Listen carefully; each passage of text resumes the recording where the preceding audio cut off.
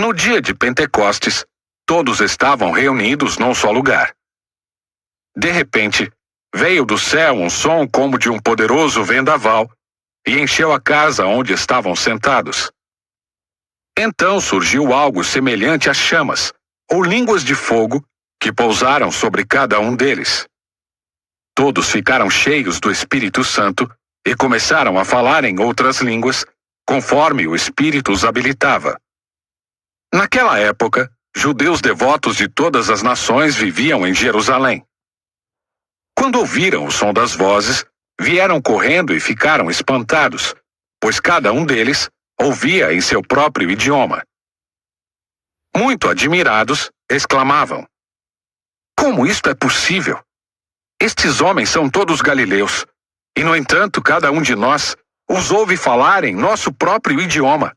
Estão aqui partos, medos, elamitas, habitantes da Mesopotâmia, da Judéia, da Capadócia, do Ponto, da província da Ásia, da Frígia, da Panfilha, do Egito e de regiões da Líbia próximas a Cirene, visitantes de Roma, tanto judeus como convertidos ao judaísmo, cretenses e árabes.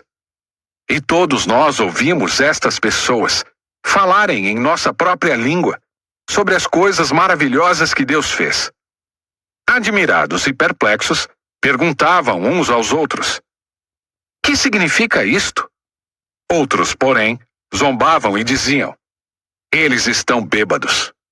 Então, Pedro deu um passo à frente com os 11 apóstolos e dirigiu-se em alta voz à multidão: "Ouçam com atenção todos vocês, povo da Judéia e habitantes de Jerusalém. Escutem o que lhes digo. Estas pessoas não estão bêbadas como alguns de vocês pensam, pois são apenas 9 horas da manhã. Pelo contrário, o que vocês estão vendo foi predito há tempos pelo profeta Joel.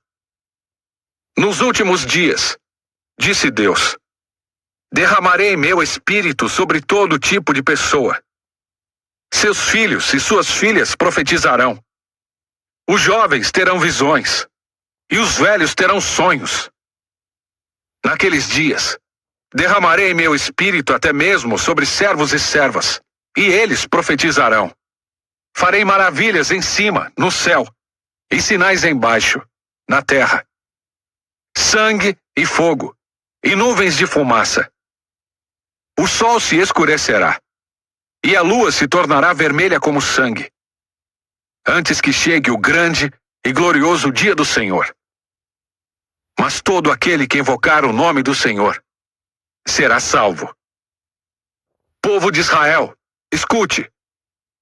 Deus aprovou publicamente Jesus, o Nazareno, ao realizar milagres, maravilhas e sinais por meio dele, como vocês bem sabem.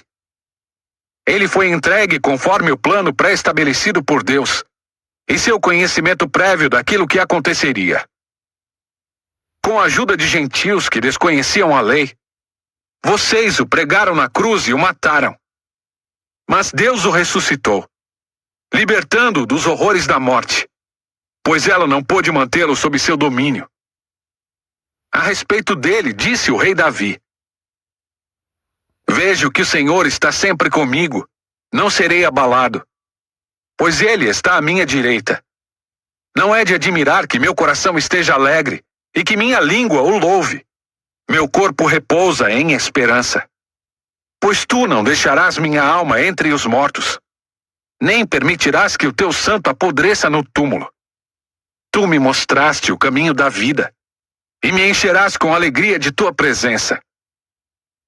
Irmãos, permitam-me dizer com toda convicção que o patriarca Davi não estava se referindo a si mesmo, pois ele morreu e foi sepultado, e seu túmulo ainda está aqui, entre nós. Mas ele era profeta e sabia que Deus havia prometido sob juramento que um de seus descendentes se sentaria em seu trono.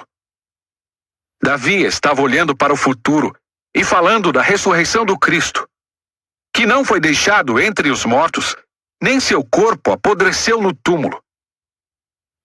Foi esse Jesus que Deus ressuscitou, e todos nós somos testemunhas disso. Ele foi exaltado ao lugar de honra à direita de Deus. E conforme havia prometido, o Pai lhe deu o Espírito Santo, que ele derramou sobre nós, como vocês estão vendo e ouvindo hoje.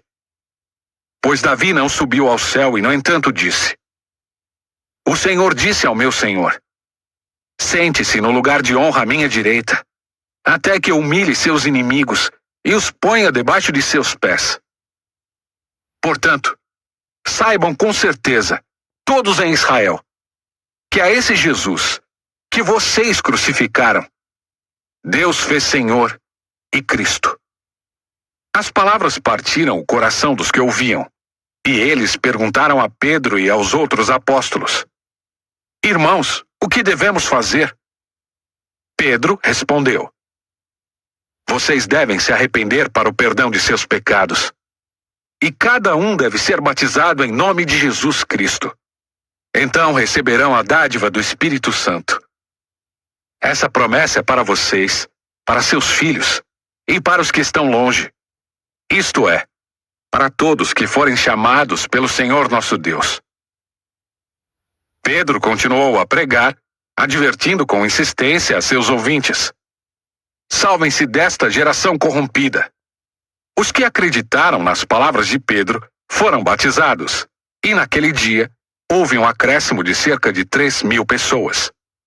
Todos se dedicavam de coração ao ensino dos apóstolos, à comunhão, ao partir do pão e à oração. Havia em todos eles um profundo temor, e os apóstolos realizavam muitos sinais e maravilhas. Os que criam se reuniam num só lugar e compartilhavam tudo o que possuíam. Vendiam propriedades e bens e repartiam o dinheiro com os necessitados. Adoravam juntos no templo diariamente. Reuniam-se nos lares para comer e partiam o pão com grande alegria e generosidade, sempre louvando a Deus e desfrutando a simpatia de todo o povo. E a cada dia, o Senhor lhes acrescentava aqueles que iam sendo salvos.